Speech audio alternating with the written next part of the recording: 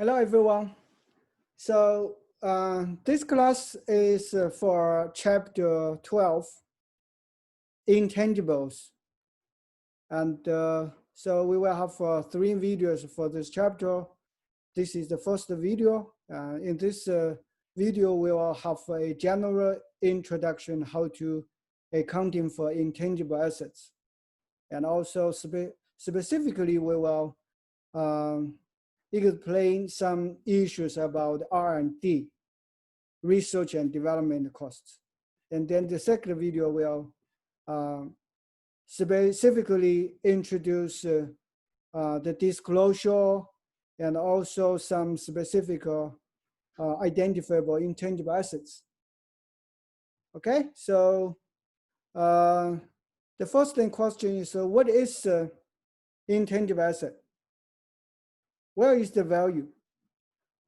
So a big difference between fixed assets or other assets with intangible assets is that intangible assets do not have a physical or financial nature.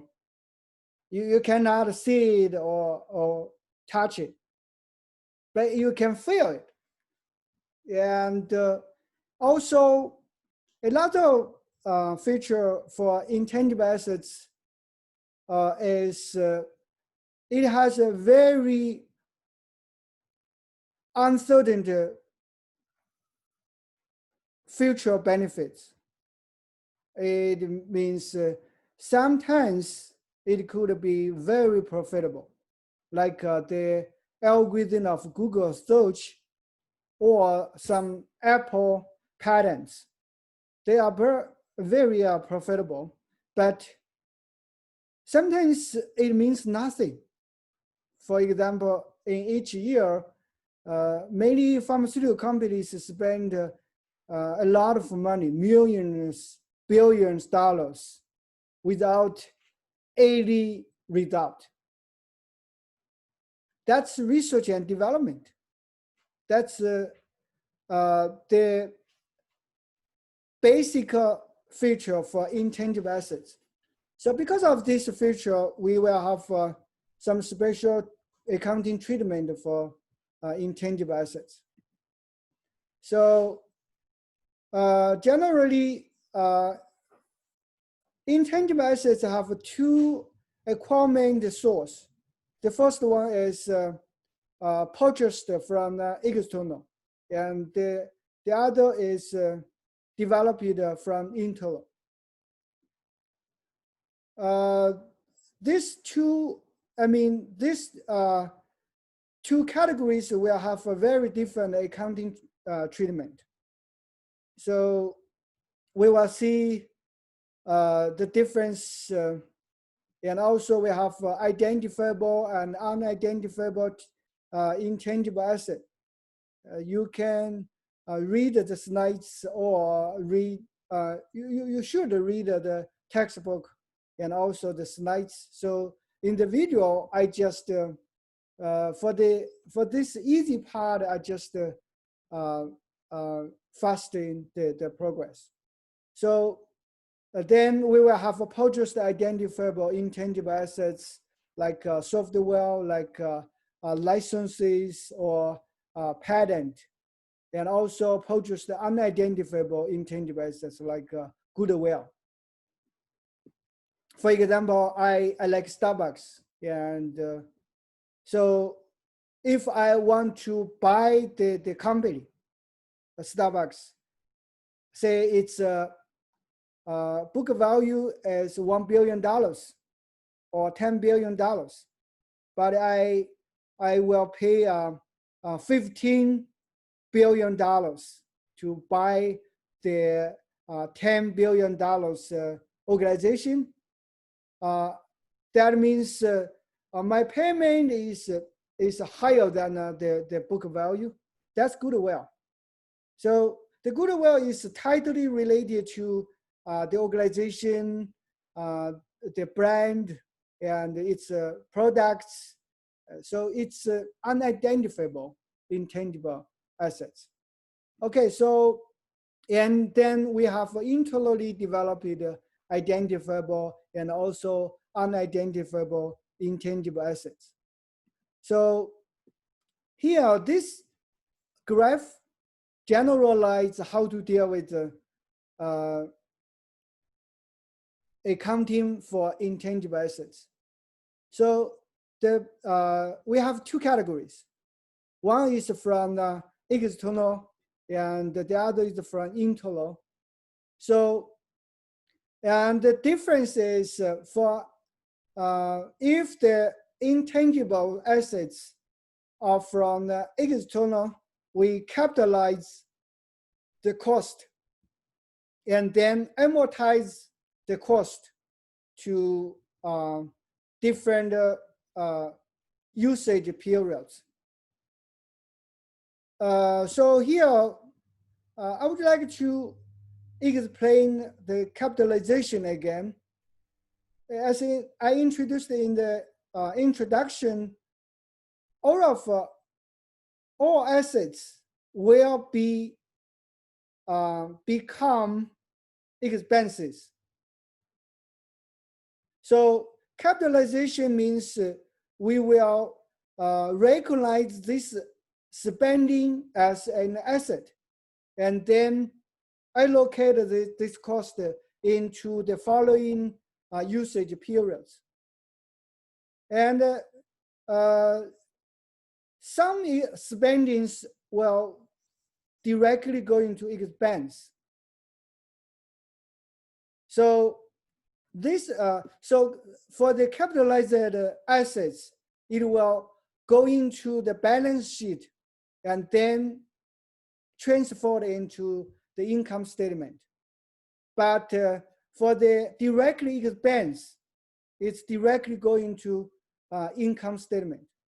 Okay, so because of the highly uncertainty of intangible assets, so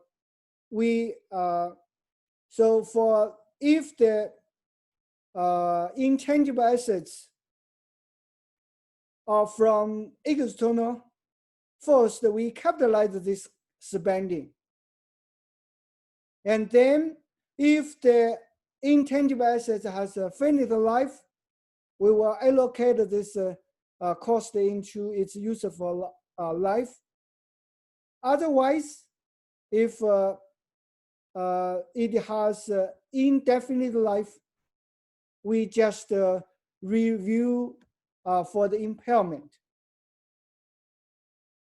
So, and also for the unidentifiable intangible assets, because it's tightly related to other things, other entities, other operations. So after we capitalize as intangible assets, it's unnecessary to amortize the value. It's just, we just need for the impairment review. But the challenge is for the intangible assets are from internally. If it's identifiable, that's okay. We capitalize some 13 costs. Here, say it's 13 costs is means, as I just introduced, R&D, research and development, have a lot of uncertainties. It could be nothing. It could be a patent or some innovations. So after the R&D has a very certain result, then we capitalize this expense, this spendings as intangible asset. Usually it's only very small for the legal fee, some lawyer fee to get the patent, hundreds or thousands of dollars. So, and then if it has a finite life, we will amortize the value over the useful life. Otherwise, just a review for impairment. Mostly for the research and development expense, we just directly go into the income statement. it's unnecessary to recognize it as an intangible assets. So when you analyzing the financial information from some companies, you will see even though some companies are very competitive for innovation, the recognized intangible assets sometimes is very limited, because for internally acquired intangible assets, most part of the spending going to expense directly for the year when they're spending money for this innovation. Okay, so in the following slides, we'll have detailed examples to illustrate that. Here is amortization. Amortization is like depreciation for their fixed assets. So it's a contract asset accounting to decrease the book value of the assets when the organization uses this intangible assets. So it's an allocation of the cost of intangible assets in a systematical or rational manner of the assets used for life. Usually we use a straight line methods. It's easy to compute. And the impairment is because we use the fair value to measure intangible assets. And also intangible assets have a lot of uncertainties in the future.